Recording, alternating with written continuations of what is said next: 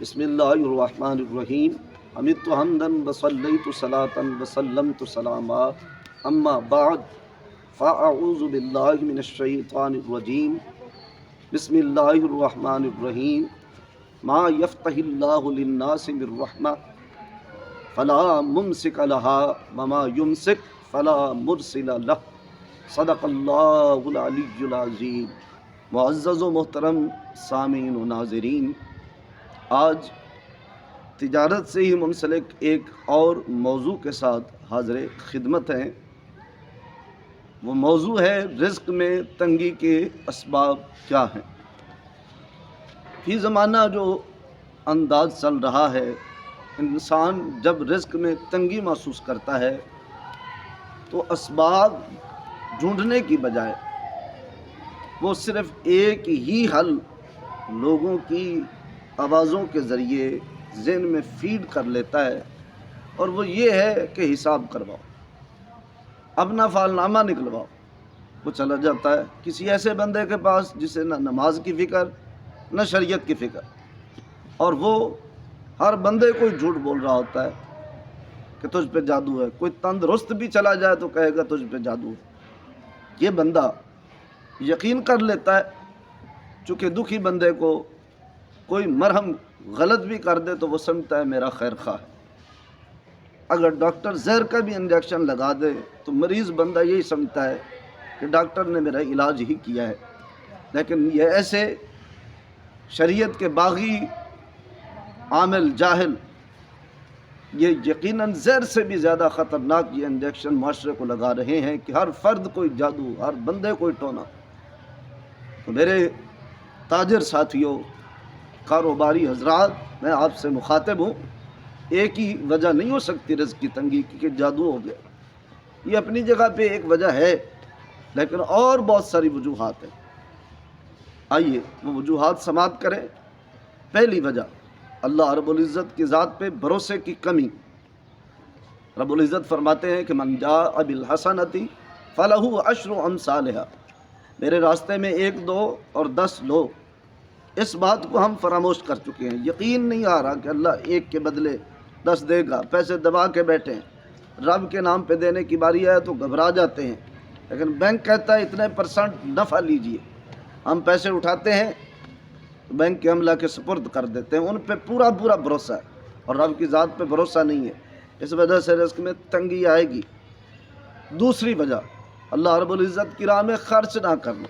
یہ اگرچہ پہلی کی ہی کڑی ہے، لیکن پہلی میں توکل کا تذکرہ ہوا۔ دوسری بات، اللہ رب العزت کی راہ میں خرچ نہ کرنا۔ حدیث پاک میں واضح طور پر ہے کہ 2 فرشتے مقرر ہوتے ہیں۔ پورے دن میں یہ بندہ خرچ کر دے تو ایک فرشتہ دعا کرتا ہے کہ یا اللہ اس کو اور رزق دے، اور اگر پورے دن میں خرچ نہ کرے تو فرشتہ دعا کرتا ہے کہ یا اللہ اس کے رزق کو تنگ کر دے۔ تو رزق میں تنگی کا سبب ہر روز اللہ کی راہ میں خرچ نہ کرنا بھی ہے۔ تیسرا سبب، قطع رحمی، رشتہ داروں سے تعلقات خراب رکھنا، رشتہ داروں سے لڑائی جھگڑا رکھنا، یہ تیسرا سبب ہے۔ یہ بھی حدیث پاک سے ثابت ہے کہ جو بندہ اپنے رشتہ داروں سے تعلق ٹھیک رکھتا ہے، صلہ رحمی کرتا ہے، اور اللہ رب العزت کے حکم کی پابندی اس معاملے میں کرتا ہے، تو ایسے بندے کا رزق بڑھا دیا جاتا ہے، عمر بڑھا دی جاتی ہے۔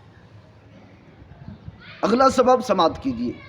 انسان اگر کسی بھی حرام ذریعے سے رزق کمانے کی کوشش کرے گا تو پھر اس رزق میں تنگی ہوگی، وسعت نہیں ہوگی۔